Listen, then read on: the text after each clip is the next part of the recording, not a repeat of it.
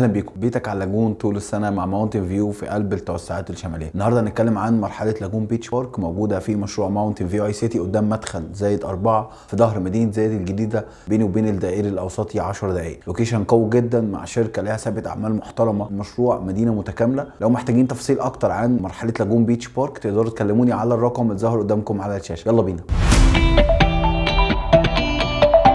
نبدا بالسي في. طبعا شركه ماونتن فيو موجوده في الماركت من 2015 ب 15 مشروع تحديدا في ويست كايرو. بنتكلم عن ماونتن فيو تشيل اوت بارك، ماونتن فيو اكتوبر بارك، وماونتن فيو جيزه بلاتو، ماونتن فيو 4، ومشروع ماونتن فيو اي سيتي اللي احنا بنتكلم عنه النهارده على مساحه 470 فدان. بالنسبه للوكيشن احنا موجودين دايركت على طريق البوليفارد، 5 دقائق لميدان جهينه، 10 دقائق للدائري الاوسطي. لو حضرتك جاي من ميدان جهينه بتطلع وسط الدهشور وبترجع تاني من عند ميدان ماونتن فيو، بتدخل يمين، بعد كده بتلاقي ماونتن فيو اي سيتي على ايد حضرتك الشمال، سور في سور مع اكتوبر بلازا. لوكيشن قوي جدا في قلب التوسعات الشماليه. يميني زايد الجديده، في ظهري نادي الصيد، وكمان انا بعدي مشروع باديه واكتوبر بلازا، وقدامي مدينه زايد الجديده. فانا اوريدي في قلب اكتوبر الجديد. مشروعها مدينه متكامله في كل حاجه حضرتك محتاجها. المشروع متقسم ل6 مراحل. عندي رويال بارك، عندي ام في بارك، عندي لاجون بارك اللي احنا بنتكلم عنها النهارده، غير السنترال بارك اللي على مساحه 60 فدان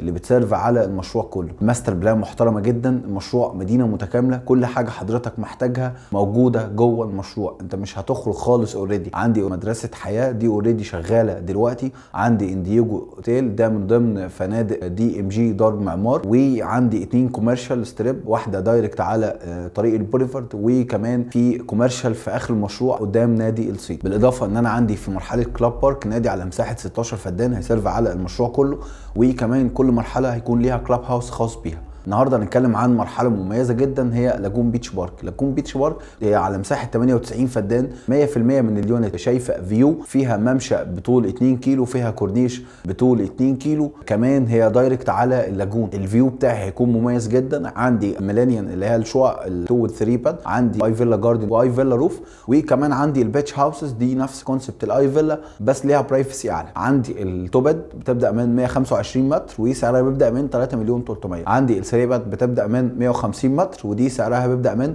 5 مليون جنيه. عندي اي فيلا روف مساحات بتبدا من 180 متر وسعرها بيبدا من 5 مليون 200. عندي اي فيلا جاردن مساحات بتبدا من 215 متر ودي سعرها بيبدا من 5 مليون 800. بالاضافه ان انا عندي البيتش هاوس مساحات بتبدا من 210 متر وده سعره بيبدا من 6 مليون 600. حاليا احنا في مرحله اي اي. الاي اي بالنسبه للشقق بتكون 10000 جنيه، وبالنسبه للاي فيلا والبيتش هاوس 20000 جنيه. حضرتك تقدر تعمل اي اي سواء كاش او شيكات او اونلاين بيمنت في اي وقت. حضرتك تقدر تعمل اي اي ومن اي مكان. البيمنت بلان احنا بندفع 10% داون بيمنت والباقي صوت ايكوال على 9 سنين. بشتري مع شركه ليها سابقه اعمال قويه جدا جدا، قدرت تحقق بس السنه اللي فاتت في الماركت مبيعات بقيمه 31 مليار جنيه. شركه ليها 15 مشروع في تجمع، في اكتوبر، في الساحل، في السخنه، فهي شغاله على كل الديستنيشن اللي موجوده. كل العملاء اللي اشترت مبسوطه، كل العملاء اللي اشترت كسبت. انا شايف ان المشروع اوبورتيونيتي قويه جدا جدا جدا. انت بتشتري في فيز 2 لمرحله اللاجون. مفيش مطور اوريدي في اكتوبر كلها هينفذ نفس فكره اللاجون بنفس الكونسبت ده. 100 فدان، كل اليونت على فيو، والمسافات ما بين العمارات من 20 متر بتوصل ل 40 متر. مشروع اوبورتيونيتي قويه جدا، ار او اي قوي جدا جدا جدا. الاسعار بتبدا من 3 مليون 300، هندفع بس 10% وهنقسط على 9 سنين ايكوال. الاستلام بيكون في خلال 3 سنين ونص. لو محتاجين تفاصيل اكتر عن مرحله لاجون بيتش بارك